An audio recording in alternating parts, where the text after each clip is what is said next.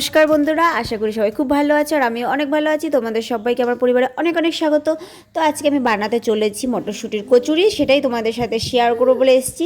পুরো ভিডিওটা স্কিপ না করে ফার্স্ট দেখো, তাহলে কিন্তু তোমরাও বাড়িতে বসে এরকম মজাদার একটা খাস্তা খাস্তা মটরশুঁটির কচুরি মানে কড়াইশুঁটির কচুরি করে নিতে পারবে। তো তার জন্য আমি কিন্তু একটা মিক্সির জারে কতগুলো মটরশুঁটি আমার মানে পরিমাণ মতন মটরশুঁটি ধুয়ে নিয়ে নিলাম। তারপরে এখানে দিয়ে দিলাম একটু ধনেপাতা, তারপরে দুটো মতন কাঁচা লঙ্কা, একটু আদা কুচি। এবার এগুলোর মধ্যে একটু নুন দিয়ে ভালো করে এটাকে একটা পেস্ট বানিয়ে নেব। তোমরা কিন্তু সবটাই তোমাদের পরিমাণ মতো নিয়ে নেবে। ঝাল যদি কম বেশি পছন্দ করো সেই হিসাবে কমাতেও পারো অথবা বাড়াতেও পারো। এবার আমি দেখো ভালো করে একটা পেস্ট করে নিয়েছি। এবার এটাকে আমি সাইডে রেখে দেবো ভালো করে সব কাচিয়ে একটা জায়গায় করে। তারপরে আমি যে ময়দাটা মাখাবো সেটার জন্য প্রিপারেশন নেব। তো এটাকে আমি সাইডে রেখে দিলাম। এবার আমি ময়দাটা মেখে নেব। এখানে আমি 2 বাটির মতন ময়দা নিচ্ছি, 2 থেকে 3 বাটির মতন ময়দা নিচ্ছি, মানে আমার যতটা ময়দা প্রয়োজন হবে। এবার আমি এর ময়দার মধ্যে একটু হিং দিচ্ছি, কারণ হিং দিলে না তেলের জিনিস হোক বা পেঁয়াজ রসুনের জিনিস হোক সেগুলো কিন্তু হজম করতে খুব ভালো হয়।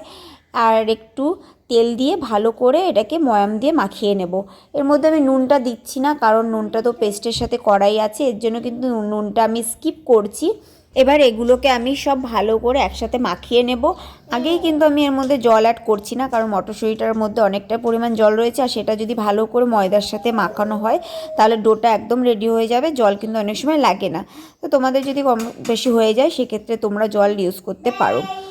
দেখো আমার ডোটা কিন্তু একদম রেডি হয়ে গেছে। এবার আমি লেচিগুলো কেটে নিচ্ছি, আর দেখো জাস্ট কত সুন্দর সবুজ সবুজ হয়েছে, তাই না? আর এটা করার পরে না এত সুন্দর লাগছিল বলার মতন না। তো আমি লেচিগুলোকেও কেটে 10 মিনিটের মতো রেস্টে রেখে দিয়েছিলাম। এবার এগুলোকে এক এক করে ভালো করে বেলে নেব। তার জন্য আমি চাটুর মধ্যে একটু তেল মাখিয়ে নিলাম, আর ডোটাতেও একটু তেল মাখানো আছে, কারণ পুরো যেই লেচিগুলো কেটেছিলাম সবগুলোর উপরে হালকা করে একটু তেল মাখিয়ে ওটাকে 10 মিনিটের জন্য রেস্টে রেখেছিলাম। তো আমি তো অত ভালো গোল করে বেলতে পারি না, তেড়া বাঁকা যেমনই হচ্ছে তো বেলে দিচ্ছি। এবার এইভাবে এক এক করে আমি চাঁদের জন্য যেহেতু ফার্স্টে করছি, চাঁদকে খাইয়ে তারপরে আমরা খাবো, তো চাঁদের জন্যই 4-5টার মতন একসাথে ভেজে নিচ্ছি, যদিও এতগুলো খাবে না। তো দেখো আমি ঝটপট করে সব লুচিগুলো বেলে নিলাম। তো এই দেখো এই 4টে ফার্স্টে ভেজে নেব। তো আমি এক কড়াই বসিয়ে দিয়েছি। এবার কড়াইতে আমি তেল দেবো। তেলটা ভালো করে ও গরম হওয়া পর্যন্ত ওয়েট করতে হবে, কারণ ঠান্ডা তেলের মধ্যে যদি বা হালকা গরম থাকে তার মধ্যে যদি আমি লুচিটা দিয়ে দিই ভাজার জন্য মানে পুরিটা, তাহলে কিন্তু ফুলবে না। তো ভালো করে তেলটা গরম হয়ে যাওয়ার পরে আমি এটা দিয়ে দিয়েছি একটা। এবার দেখো কত সুন্দর ফুলছে, আর কালারটা দেখেছো কি সুন্দর লাগছে, তাই না দেখতে? আমার তো মনে হচ্ছে কালারটার জন্যই আমি কচুরি খাই। তো আমি অত বেশি কচুরি বা কচুরি হোক বা পুরি হোক লুচি হোক এগুলো অত বেশি পছন্দ করি না, 3টের বেশি খাই না। বাট আমি সেই দিন কিন্তু 4টে থেকে 5টা খেয়ে ফেলেছিলাম, এতটাই ভালো হয়েছিল।